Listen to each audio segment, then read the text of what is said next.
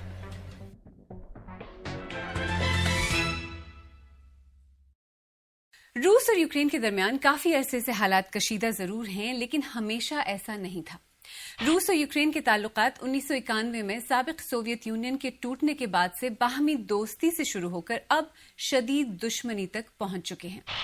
یہ کہنا شاید غلط ہوگا کہ امریکہ نے روس کو یوکرین پر حملہ کرنے کے لیے مجبور کیا، لیکن یہ بالکل درست ہے کہ امریکہ نے یوکرین کو روس کا مقابلہ کرنے کے لیے بے پناہ فوجی اور مالی امداد ضرور دی. امریکی وزارت خارجہ کے مطابق 2014 کی یوکرین پر روسی جارحیت اور کرائمیا کی اینیکسیشن کے بعد سے اب تک امریکہ یوکرین کو 69.2 ارب ڈالر کی امداد فراہم کر چکا ہے اور فروری 2022 سے جب روس نے بلا اشتعال یوکرین پر حملہ کیا تب سے اب تک یوکرین کو ملنے والی امریکی فوجی امداد تقریباً 67 ارب ڈالر ہے.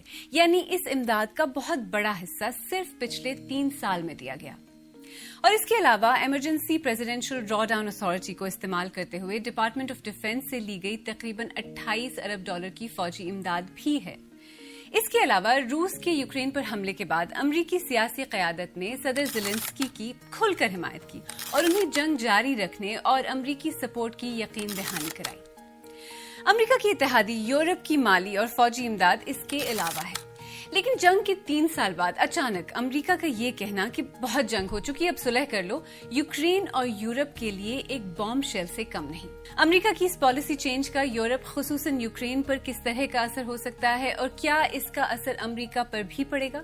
میں نے یہی سوال انٹرنیشنل ریلیشنز کے ماہر اور تجزیہ کار ڈاکٹر افتخار ملک سے پوچھا. ایک ریڈیکل قسم کی چینج آ رہی ہے کیونکہ ایک طرف پریزیڈنٹ ٹرمپ پریزیڈنٹ پوٹن کے ساتھ ڈائریکٹ رابطے میں ہیں، پھر منسٹریل لیول پہ ان کے نیگوسیشنز ہو رہے ہیں اور درمیان میں یہ یوکرین کا مسئلہ جو ہے اس کو حل کرنے کی کوشش کی جا رہی ہے. جو شروع میں لوگوں میں یہ ہیزیٹیشن تھی کہ شاید یوکرین اور یورپ سے بالا روس اور امریکہ کے درمیان کوئی رپروشما ہو رہی ہے، کوئی صلح ہو رہی ہے، لیکن اب یہ لگتا ہے کہ یوکرین کو اس میں انوالو کیا جا رہا ہے، ان کو اکنامکس انسینٹیوز دیے جا رہے ہیں. تو یورپ میں بہت ساری کچھ دنوں سے امید بھی ہے اور ساتھ ساتھ ایک قسم کا فیئر بھی ہے کہ کہیں ویسٹرن یورپ خاص طور پہ اس کی آئسولیشن نہ ہو جائے اور اس سے بالا امریکہ اور روس اپنے مسائل اور یوکرین کا جو ایشو ہے اس کو حل کر. جہاں تک یورپ کی جو پالیسی ہے، امریکہ کی جو یورپ پالیسی ہے، خاص طور پر جو یوکرین کے حوالے سے جو پالیسی ہے اس میں جو یہ چینج ہے، کیا یہ صرف اس وجہ سے ہے کہ ایک نئی انتظامیہ آئی ہے؟ کیا یہ صرف صدر ٹرمپ کے آنے کی وجہ سے یہ چینج ہے یا اس میں اور بھی ایشوز ہیں جو اگر ایک مختلف صدر بھی ہوتے شاید تب بھی وہ سامنے آتے؟ میجر چینج تو پریزیڈنٹ ٹرمپ کے آنے کی وجہ سے ہے کیونکہ بائیڈن کے زمانے سے امریکہ اور یورپ کے درمیان کنسنسس تھا، ویسٹرن یورپ کے درمیان، کہ یوکرین کی ہر طرح سے مدد کی جائے، ان کی ریفیوجیز کو شیلٹر دیا جائے اور ان کی ملٹری امداد جو ہے وہ جاری رکھی جائے. لیکن صدر ٹرمپ کے آنے سے یہ لگتا ہے کہ وہ ایک نئی فکر اور نئی سوچ اور ایک نئی پالیسی انٹروڈیوس کرا رہے ہیں جس میں ہو سکتا ہے یورپ کے کئی لوگ بھی شامل ہو جائیں کیونکہ وہ نہیں چاہتے کہ یہ جنگ جاری رہے. اس جنگ کا اثر نفسیاتی بھی ہے لیکن سب سے زیادہ اکنامک ہے کیونکہ جو گیس سپلائیز ہیں یا جو گرین کی سپلائی ہے یا اس کے علاوہ اور جو انرجی کی ریسورسز ہیں وہ سارے افیکٹ ہو رہے ہیں اور اس سے عام یورپین کو زیادہ جو بلز میں پے کرنا پڑ رہا ہے. تو میرے خیال میں یورپ کے لوگ بھی چاہتے ہیں کہ اس مسئلے کا کچھ حل ہو. اگر آپ یہ سٹوری فالو کر رہے ہیں تو پچھلے کچھ دنوں میں صدر ٹرمپ کے یوکرین اور یوکرین کے صدر زیلنسکی کے بارے میں کئی بیانات آپ کی نظر سے گزرے ہوں گے. صدر ٹرمپ نے یوکرین پر جنگ شروع کرنے کا الزام لگایا جبکہ یہ سچ نہیں. صدر زیلنسکی کو بنا الیکشن کا ڈکٹیٹر کہا اور یہ بھی کہا کہ یوکرین میں ان کی اپروول ریٹنگ 4% ہے. سچ تو یہ ہے کہ صدر زیلنسکی الیکشن جیت کر 2019 میں صدر بنے تھے. ویسے تو 2024 میں اگلے انتخابات ہو جانے چاہیے تھے لیکن جنگ کی وجہ سے ایسا نہیں ہوا. اور جہاں تک صدر زیلنسکی کی اپروول ریٹنگ کا سوال ہے تو وہ اب بھی معتبر ذرائع کے مطابق 57% ہے. انفیکٹ کچھ ہی دن پہلے یوکرین کی پارلیمنٹ نے ایک یونانیمس ووٹ کے ذریعے صدر زیلنسکی کی حمایت کا مظاہرہ کیا. صدر ٹرمپ کی باتوں میں بھلے ہی سچائی نہ ہو لیکن ان سے ان کی پالیسی اور اس معاملے پر ان کے خیالات ضرور واضح ہو جاتے ہیں.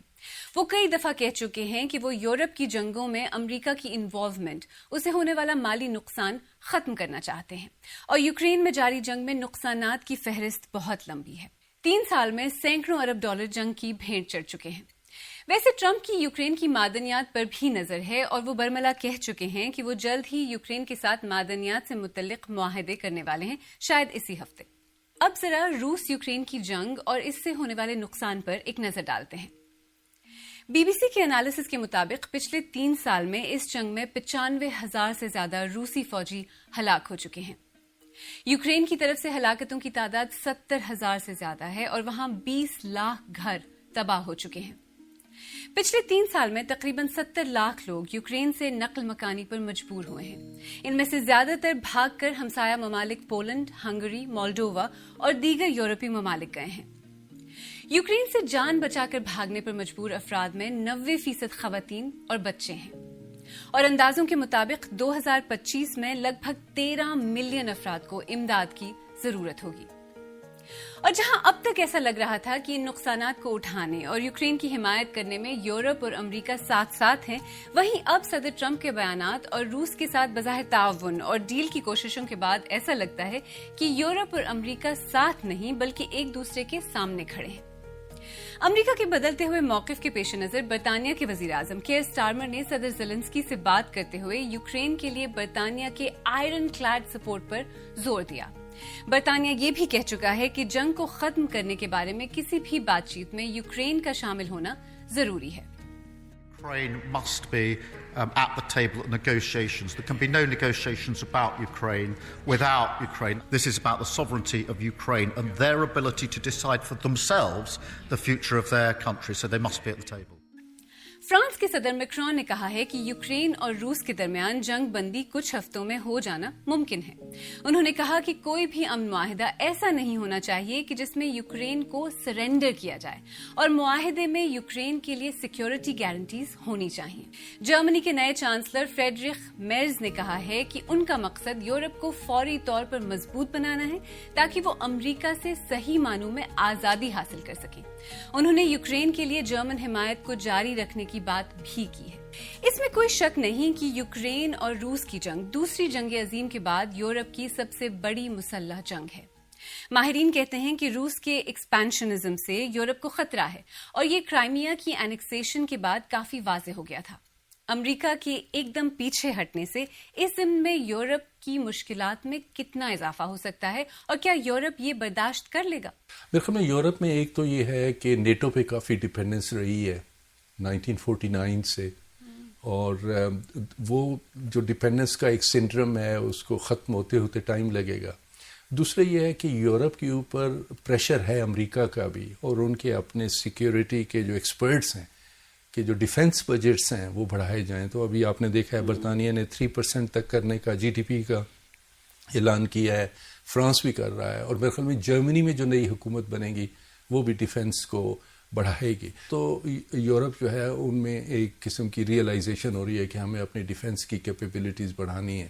لیکن ابھی تک یورپ کی جو ڈیپینڈنس ہے وہ امریکہ پہ ہے اور میرے خیال میں یورپ کے جو لیڈرز ہیں جو واشنگٹن وزٹ کر رہے ہیں وہ بھی اس قسم کی گارنٹی چاہتے ہیں کہ صلح ہو پیوٹن کے ساتھ، لیکن ساتھ یورپ کے لیے لانگ ٹرم میں کوئی سیکیورٹی امبریلا ہونا چاہیے. لیکن جس طرح سے صدر ٹرمپ نے ایک دم سے اپنا موقف بدل دیا ہے، کیا آپ کو لگتا ہے فیوچر میں یورپ امریکہ پر اس طرح سے انحصار کر سکتا ہے جس طرح وہ اب تک کرتا رہا ہے اپنی سیکیورٹی کو انشور کرنے کے لیے؟ یورپ اور امریکہ کے، خاص طور پہ ویسٹرن یورپ اور امریکہ کے ملٹیپل ریلیشن شپ ہے، صرف سیکیورٹی ریلیشن شپ نہیں ہے. سیکیورٹی ریلیشن شپ بہت اہم ہے مختلف لیولز پہ، لیکن جو اکنامک ریلیشن شپ ہیں، جو ٹریڈ ریلیشن شپ ہیں، جو کلچرل میوچولیٹیز ہیں، جو اکیڈیمک میوچولیٹیز ہیں، جو سائنٹیفک نالج کا ایکسچینج ہے، جو ٹریول ہے دونوں بحرۂ اوقیانوس کے دونوں طرف، میرے خیال میں یہ بڑے اسٹرانگ چینلز ہیں، اور کبھی یہ امریکہ کو اور یورپ کی یہ جو آپس میں بائی لیٹرلزم ہے اس کو کمزور نہیں ہونے دیں گے. یورپ کے سامنے اس وقت دو بڑے مسئلے ہیں، ایک فوری اور ایک ذرا لانگ ٹرم. فوری طور پر یوکرین کی جنگ، امریکہ کی طرف سے آنے والی امداد اور امریکی انوالومنٹ کے بغیر یورپ کے اوپر اس کا ملٹری اور فائنینشیل اثر ظاہر ہے بڑھ جائے گا. دوسری طرف لانگر ٹرم میں سوچیں تو یورپ کی ملٹری سیکیورٹی بھی ایک ایشو ہے جس میں اب تک نیٹو کے ذریعے امریکہ کا بڑا ہاتھ رہا ہے. امریکہ کے بغیر نیٹو رہتا بھی ہے یا نہیں، اور اگر نیٹو میں امریکی انوالومنٹ ختم یا کم ہو جائے تو اس کا مطلب کیا ہوگا؟ کیا یورپی ممالک امریکہ کے بغیر نیٹو کو افورڈ کر سکیں گے؟ ویسے تو ٹرمپ انتظامیہ کہتی ہے کہ وہ نیٹو سے انخلا نہیں کر رہی اور یورپ کے ساتھ دفاعی شراکت داری کے لیے پرعزم ہے، لیکن اس کے ساتھ ساتھ امریکہ نے یورپ کو خبردار بھی کیا ہے کہ وہ اب غیر متوازن تعلقات کو برداشت نہیں کرے گا. ٹرمپ پہلے بھی یورپی اتحادیوں سے کہتے رہے ہیں کہ وہ اپنے مالی تعاون میں خاطر خواہ اضافہ کریں. پچھلے سال تو انہوں نے کھلے عام صدر پیوٹن کو ان نیٹو ریاستوں پر حملہ کرنے کی ترغیب دی جو اپنے بل ادا کرنے میں ناکام رہی ہیں. یوکرین پر روسی حملے سے پہلے کی جانے والی ایک تحقیق کے مطابق امریکہ کی غیر موجودگی میں یورپ کو 100 سے 300 بلین ایکسٹرا ڈالرز کی ضرورت ہوگی. لیکن کیا یورپ کے پاس ایسا کرنے کی صلاحیت ہے بھی؟ صلاحیت تو ہے، کیونکہ انسٹیٹیوشنز جو ہے نا، سائنٹیفک انسٹیٹیوشن، اکنامک انسٹیٹیوشن اور فائنینشیل انسٹیٹیوشن، وہ یورپ میں اسٹرانگ ہے. یورپ کے لیے خطرہ صرف روس سے نہیں ہے، یورپ کو جو اکنامک چیلنج ہے وہ چائنا سے ہے. تو یورپ کے جو چیلنجز ہیں وہ دو ہیں، ایک چائنا اور ایک رشیا. رشیا جو ہے وہ سیکیورٹی چیلنج ہے اور چائنا جو ہے وہ اکنامک چیلنج ہے. تو اس لیے یورپ تو چاہے گا کہ امریکہ اس ملٹی لیٹرل کوalition میں ان کے ساتھ شامل رہے. پروگرام کے آغاز میں ہم نے سوال پوچھا تھا کہ امریکہ اور یورپ کے درمیان بدلتے تعلقات اور الائنسز کا یوکرین کی جنگ یورپ اور امریکہ پر کیا اثر پڑ سکتا ہے. دیکھیں، اگر دیکھا جائے تو صدر ٹرمپ وہی کر رہے ہیں جو انہوں نے اپنی الیکشن کیمپین میں کہا تھا. امریکہ کو دوسروں کی جنگوں سے نکال رہے ہیں اور جنگ کی جگہ ڈیلز کی بات کر رہے ہیں، ان کی امریکہ فرسٹ پالیسی. اب اس سب کا انجام کیا ہوگا اور یورپ کے پاس کیا چوائسز ہیں؟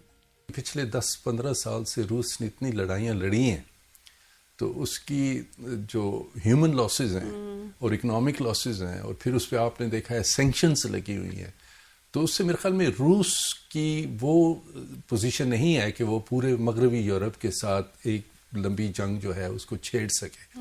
روس ان کے لیے ٹینشن پیدا کر رہا ہے اور کرے گا اگر کوئی مسئلہ حل نہیں ہوتا. یہ سائیکولوجیکل وارفیئر جاری رہے گا جو ایک قسم کی کولڈ وار ہے. یہ ایک کولڈ وار 3 ہے جس سے ہم گزر رہے ہیں. یورپ کے لیے یہ ایک مشکل اور فیصلہ کن وقت ہے کیونکہ اب بات صرف یوکرین کی خود مختاری کی نہیں بلکہ یہ یورپ کے مستقبل کا فیصلہ بھی ہے. اور فی الحال تو ایسا لگتا ہے کہ یورپ کو اپنی دفاعی صلاحیتوں کو مضبوط کرنے کی اشد ضرورت ہے اور شاید برطانیہ کی طرف سے اپنے دفاعی بجٹ کو بڑھانے کا اعلان اسی کی ایک کڑی ہے. نیٹو اتحاد کا آرٹیکل 5 کہتا ہے کہ اگر کسی نیٹو اتحادی پر حملہ ہو تو نیٹو ممبر اس کے دفاع کے لیے آئیں گے. امریکہ کے پاس اس اتحاد میں ہمیشہ مرکزی طاقت رہی ہے.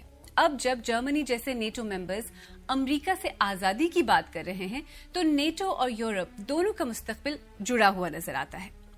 اور جہاں تک یوکرین کی بات ہے تو فی الحال تو ایسا ہی لگتا ہے کہ امریکہ اور روس کے درمیان امن معاہدہ آج نہیں تو کل طے پا جائے گا. یورپی ممالک اور خود یوکرین بھی جنگ بندی چاہتا ہے، لیکن اس پیس ڈیل کی ٹرمز کیا ہوں گی؟ روس کی خواہشات، امریکہ کے مفادات، یورپ کی پریشانی اور یوکرین کے لیے سیکیورٹی گارنٹیز، کیا یہ تمام باکسز ٹک کر پائے گی؟ یہ ابھی واضح نہیں. جو بات واضح ہے وہ یہ ہے کہ آپ کسی بھی اینگل سے دیکھیں، یورپ اور امریکہ کے تعلقات فی الحال پہلے جیسے نظر نہیں آتے. انڈیا، آسٹریلیا، نیوزی لینڈ اور جنوبی افریقہ کی ٹیمیں ICC چیمپئنز ٹرافی کے سیمی فائنلز کے لیے کوالیفائی کر چکی ہیں.